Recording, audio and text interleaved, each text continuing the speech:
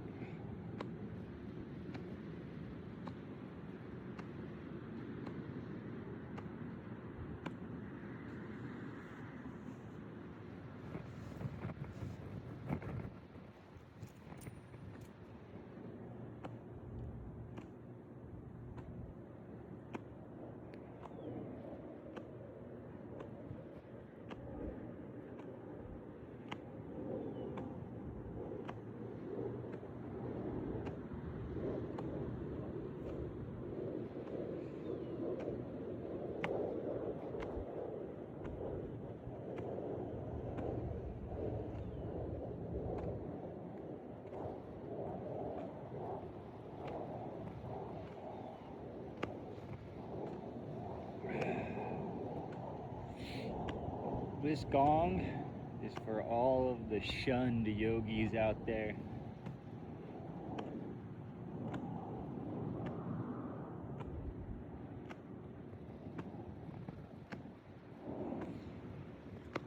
Just know it was never about you. It was always about the community. It was all business. Never had anything to do with you. Had more to do with how much they could pull out of you, how much energy they could take until they knew they couldn't take any more that would benefit them.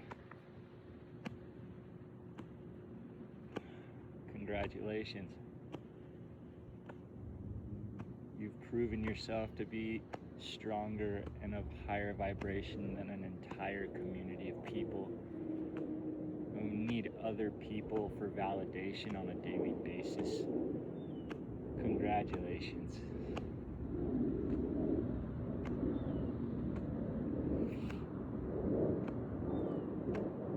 With that said, I hope you continue your practice.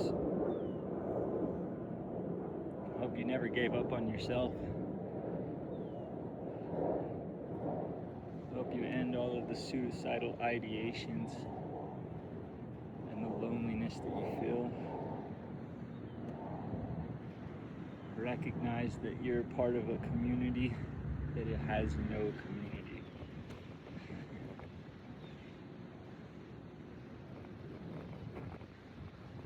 You're unique.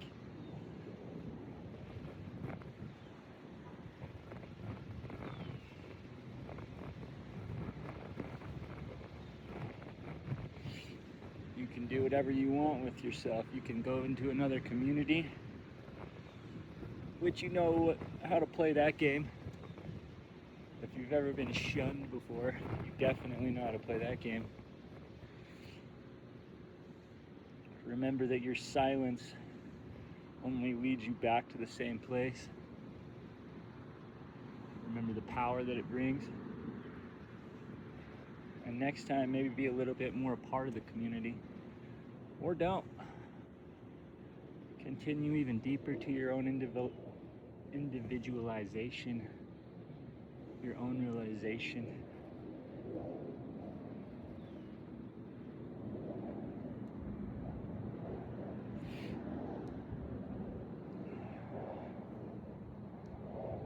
Maybe remember why you left a religion. Because that's the difference between religion and community in my eyes.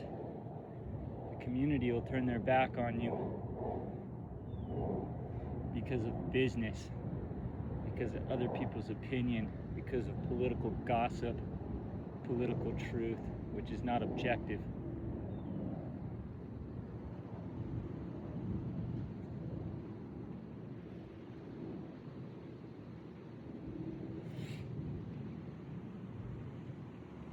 Religion won't turn its back on you because that's not what it's designed to do.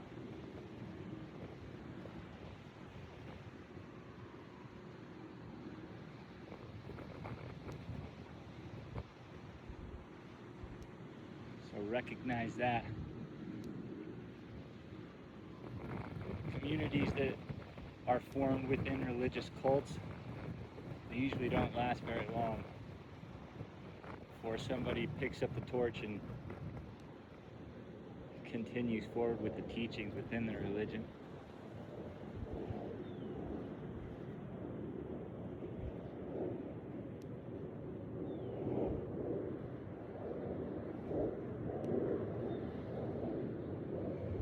It's been my standpoint that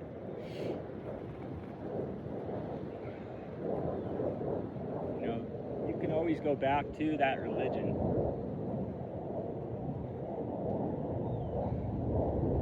It's very rare that I see somebody be exiled from a religion.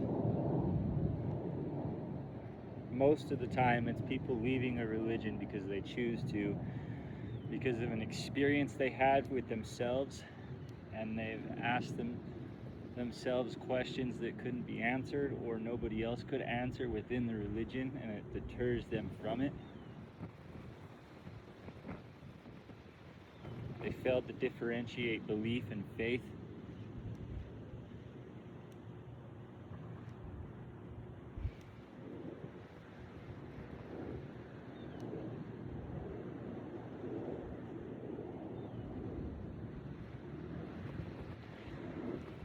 That's kind of what happened to me. I had some experiences in my life. I wanted some answers, couldn't get those answers. So I went to a community that I thought could answer some of my questions, and they couldn't do it either. And ultimately it just led back to myself over and over and over again.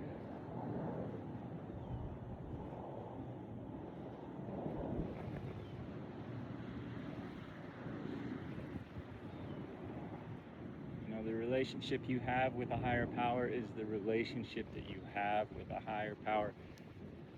It's not up to anybody else to answer to that except for you.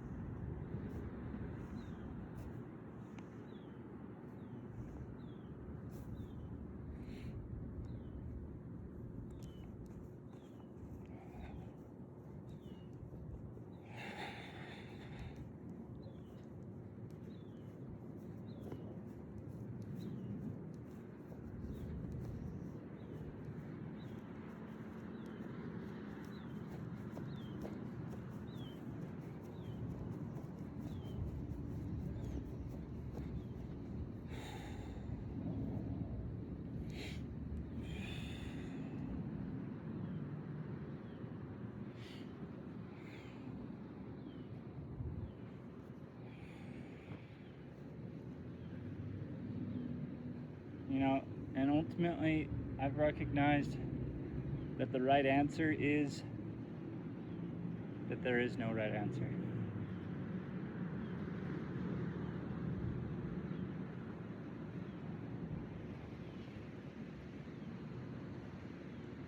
And if you're looking for something other than that, look for love, because that always resonates with everyone.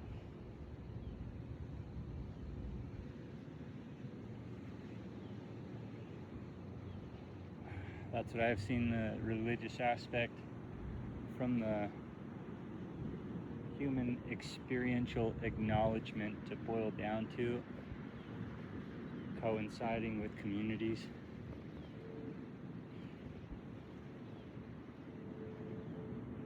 We all want peace, and we all want love.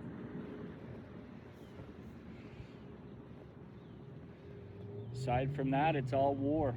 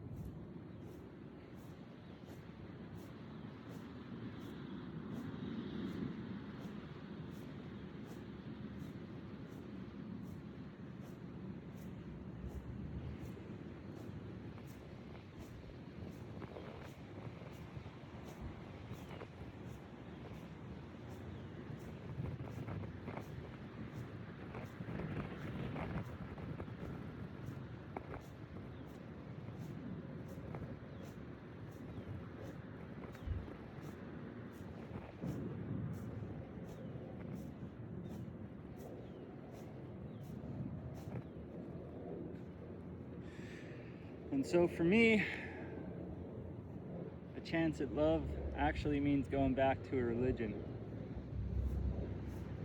Because the religion that I was a part of for a very long time never really fulfilled that prophecy with me. And schooling did, rather. My first love, and then the community. So schooling was the first real opportunity at it, and then the community gave me an opportunity at it, and both have failed. So where I'm at with this venture and point in time in my life, I'm going back to religion. I don't know if that's a step back or a step forward, but I don't think it really matters.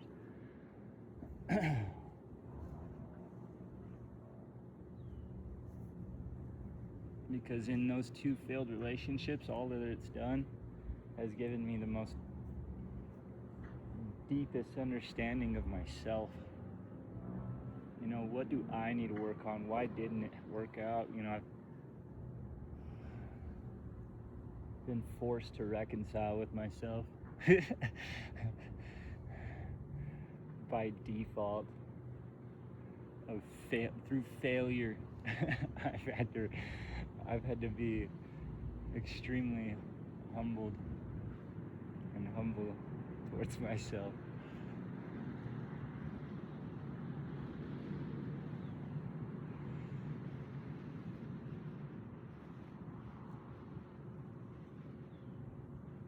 You know, and I've had to always give myself harmony and be gentle with myself. It's not 100% my fault.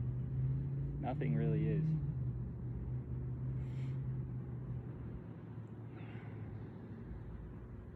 If I had to point the finger in the other direction, well, then I'd point it at religion, because I don't believe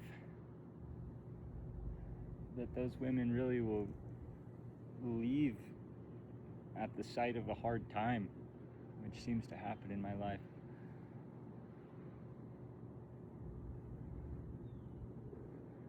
Just need somebody strong enough to withstand the trials and tribulations that come along with my life.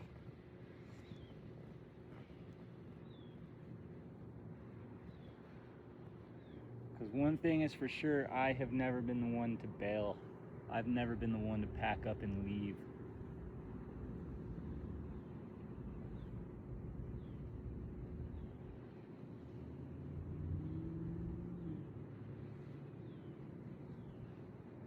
And I applaud myself for that, because there is a lot of men out there that I know firsthand that have done just that.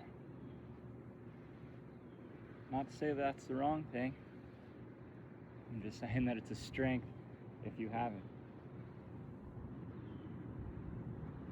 And some people would argue that it's a strength to leave if it gets too toxic, but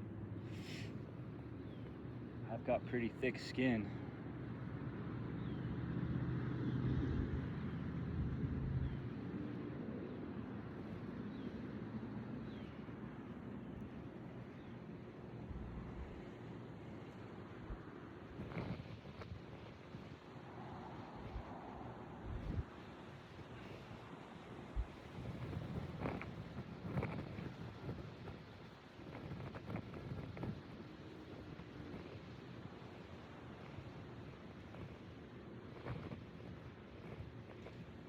Just know where you stand when you get into the next part of your relationship with somebody else.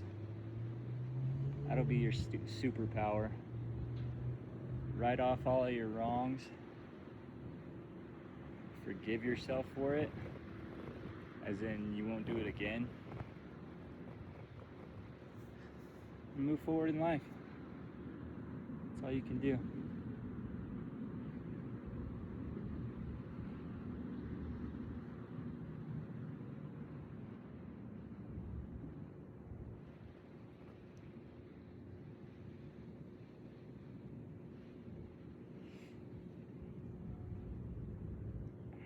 The hardest part about the relationship part of my life has been cheating. And the first one, I got cheated on. And in the second one, I got accused of it. So I just have to conclude that it's only cheating if you have a child. If there's a child in the mix of things, then that's where I draw the line, you know? And to be 100% honest, I don't think I even drew the line at that. It's just some people aren't willing to live with themselves if they've, procreated with somebody else while they've procreated in a relationship or marriage.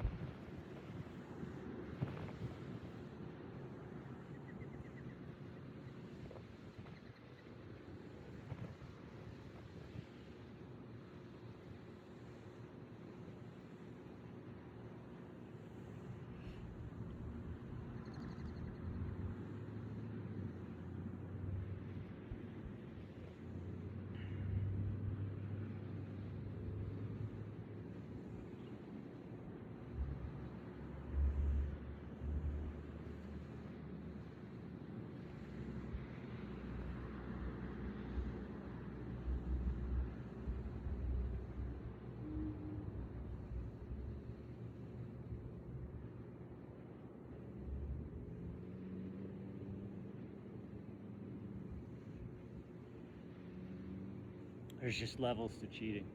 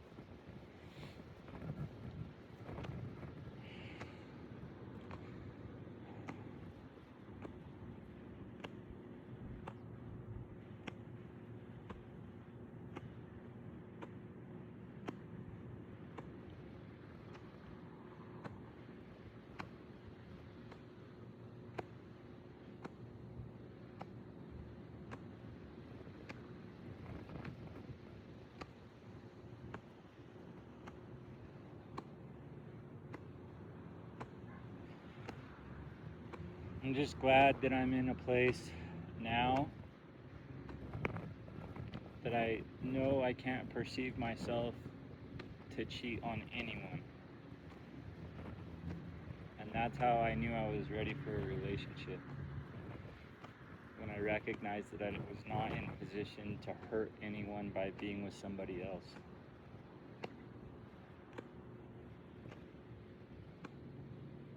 I could go have a child right now, and I don't believe that it would hurt any of my past relationships at all.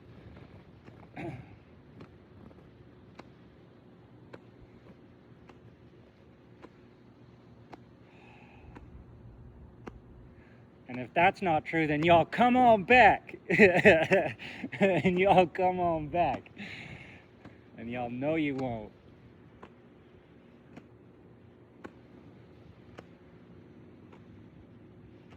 Too much of a Cupid for them.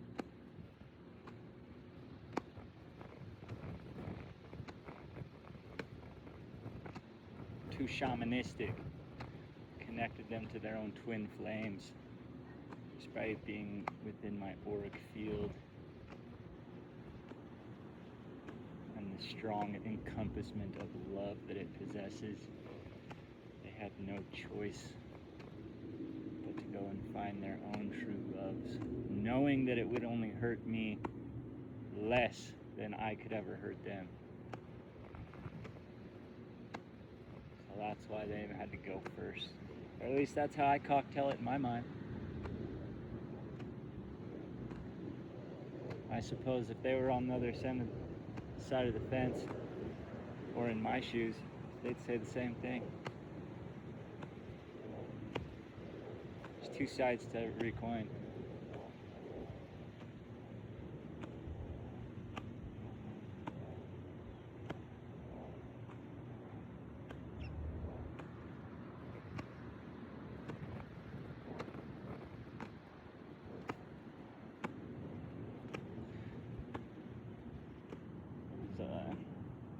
The difference between me and them,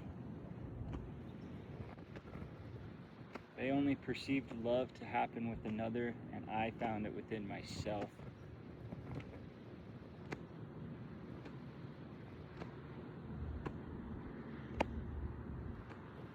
And I suppose it didn't work out because of that.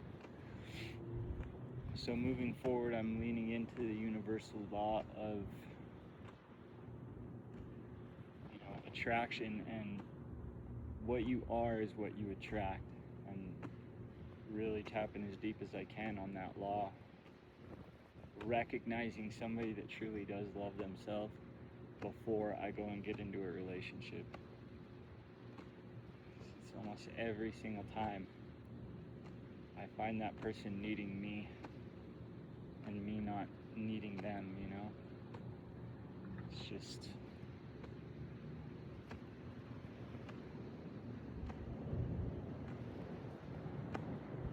It's just my belief that I think I'm going to fall in love with somebody that I know that doesn't need me. Which is rare. It's one of the rarest things to find. Somebody that doesn't care about me.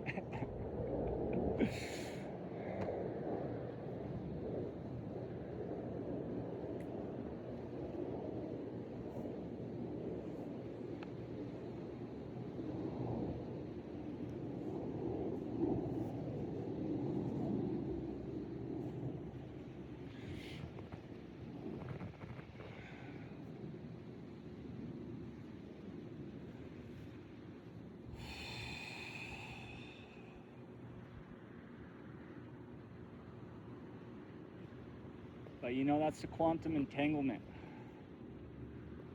That's the quantum entanglement of my love.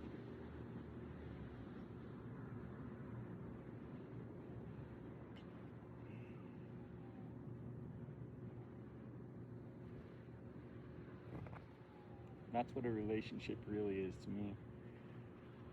Doing things for people with the fullest integrity of love. Not expecting anything in return.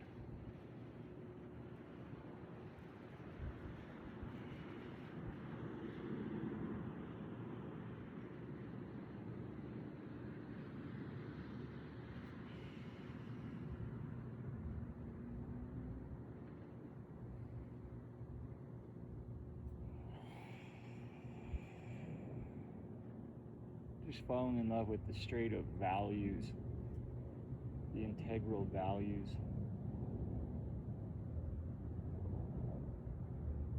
Which I have myself, which is just loyalty.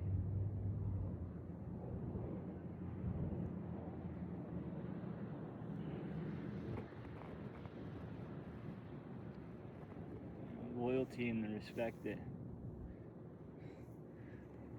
if it happens, then great. If it doesn't happen, great too.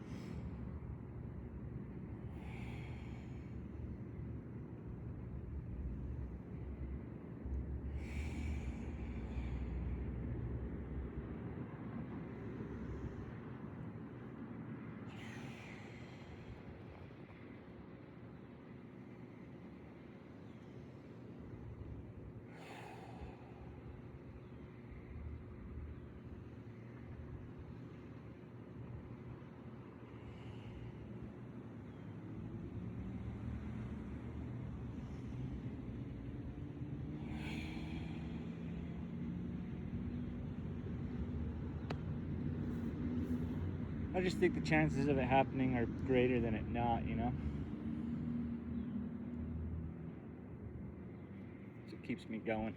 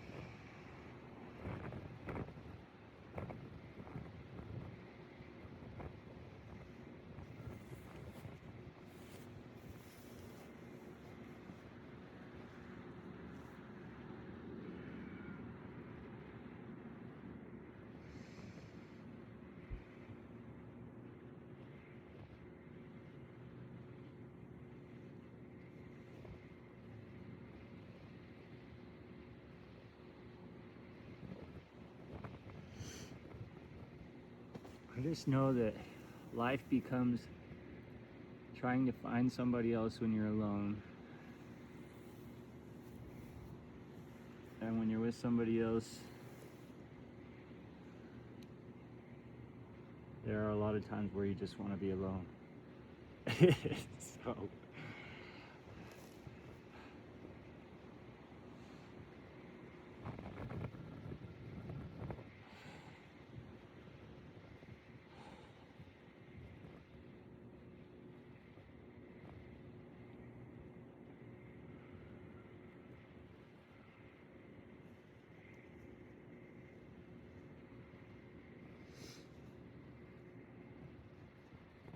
so it's all about finding balance.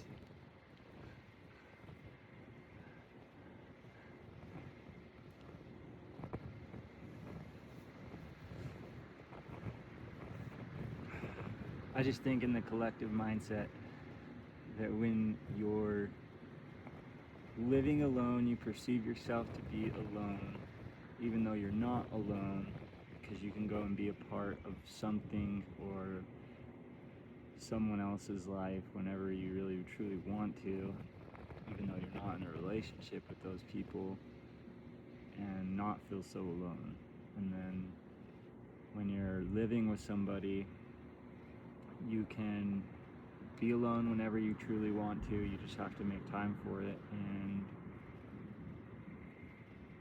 give yourself opportunity for it, and it happens. And so it's just about finding balance, and you can do that in both circumstances of your life.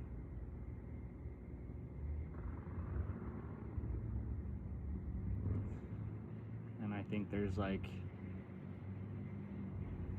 chapters to it, you know. There's just times when you're living alone and times when you're not.